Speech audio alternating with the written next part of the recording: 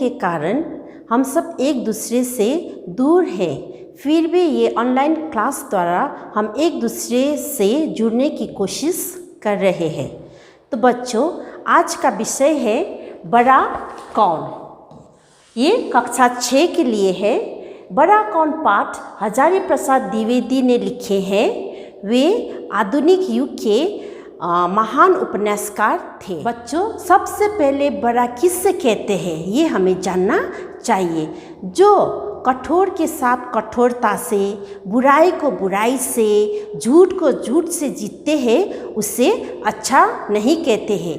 वास्तव में अच्छा या बड़ा उसे कहते हैं जो बुराई को अच्छाई से जीते, घृणा को प्रेम से जीतते हैं, कठोरता को प्यार से जीतते हैं, उसे बड़ा कहते हैं। तो बच्चों, बड़ा कौन पाठ को मैं वर्णन करने जा रही हूँ। तुम सब इसे ध्यान लगाकर सुन लेना।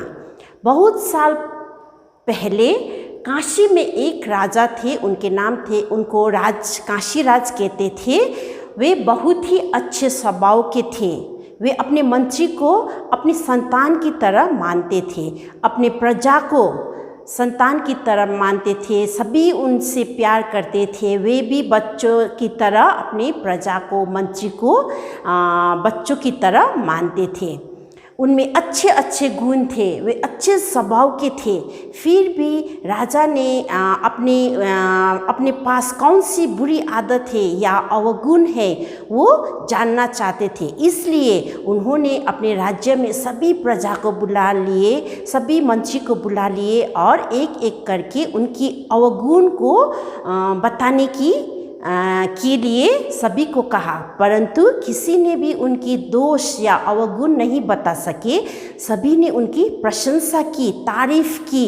एक दिन राजा ने मन में ठान लिया कि वो अपने राज्य मंत्री के पास देकर, मंत्री को सौंपकर, वो अपना वेश बदलकर, माने अपना ड्रेस चेंज करके, राजा का सभी ड्रेस नहीं पहनकर वो साधारण कपड़े में वो अपनी रथ में सारथी के साथ अपने राज्य में अपने दोष ढूंढने के लिए चले गए। वे सारे राज्य में घूमे, सारे प्रजा को पूछा। किसी ने भी राजा को नहीं पहचान लिया कि वे स्वयं काशीराज है। फिर भी उनकी दोष किसी ने नहीं बता सके। तो वे निराश होकर अपने राज्य की ओर अपने सारथी के साथ रथ में सवार होकर राज्य की ओर लौट रहे थे। उसी समय कौशल राज के राजा भी बहुत अच्छे राजा थे। वे बहुत धार्मिक विचार के थे। वे भी अपना दोष ढूंढने के लिए अपने राज्य में निकल पड़े थे। उनके दोष या अवगुण की किसी ने बात नहीं की। सभी ने उनकी प्रशंसा की क्योंकि वे भी बहुत अच्छे राजा थे। तो वे भी अपने राज्य की ओर जा रहे थे, लौट रहे थे। तो संयोग से दोनों राजाओं के रथ एक ऐसे संकरी रास्ता, माने छोटी सी रास्ता में आमने सामने आ गए। एक ऐसे संकरी रास्ते में आ गए, छोटी सी रास्ते में आ गए जहाँ से इधर उधर जाने की कोई रास्ता नहीं था। एक रथ को दूर तक पीछे ले जाकर दूसरे रथ को जाने देने के अलावा दूसरा रास्ता ही नहीं था।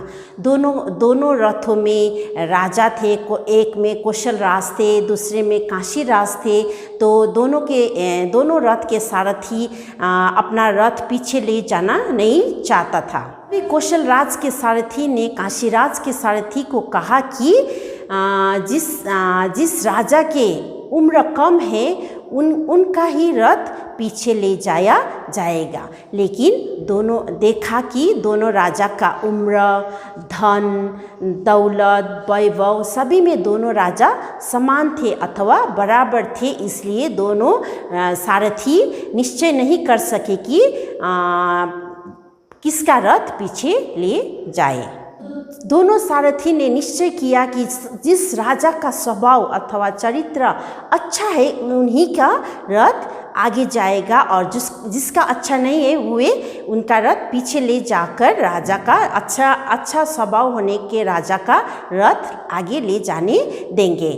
तो कौशल राज के सारथी ने काशीराज के सारथी को अपने राजा के स्वभाव के बारे में बताने लगा। उन्होंने कहा कि कौशल राज बहुत अच्छे हैं, वे कठोर के प्रति कठोरता से व्यवहार करते हैं, निर्दय के प्रति निर्दयता से व्यवहार करते हैं, झूठ को झूठ से जीतते हैं, सच को सच से जीतते हैं, अथवा बुराई को बुराई से जीतते हैं, अच्छाई को अच्छाई से जीतते हैं। ऐसे स्वभाव उनके राजा में है, ऐसे कौशल राज के सारथी ने कहा।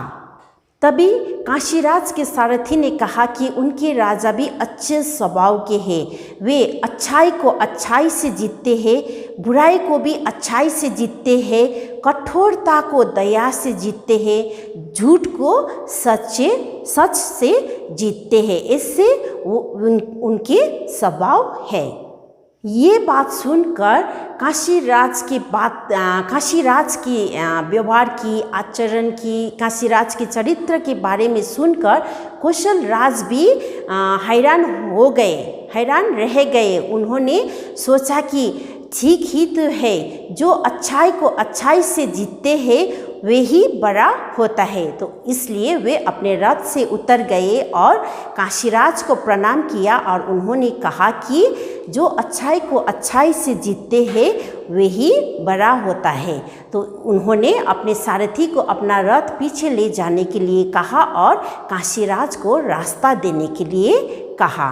दोनों राजाओं में घनिष्ठ मित्रता हुई, दोनों बहुत देर तक बातें करने लगे और वे अपने अपने राजधानी की ओर चले गए।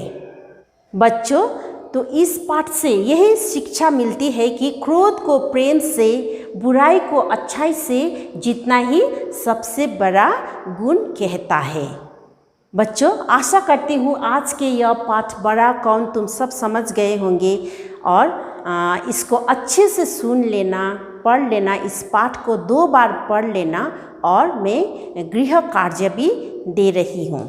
आज का गृह कार्य है, बड़ा कौन पाठ का गृह कार्य है पृष्ठ 29 से नंबर 1 दिए गए वाक्यों में सही या गलत निशान लगाइए और नंबर 2 संकेत गद्यांश को पाठ में ध्यानपूर्वक पढ़कर दिए गए प्रश्नों के लिए सही विकल्प में टिक का निशान लगाइए। धन्यवाद।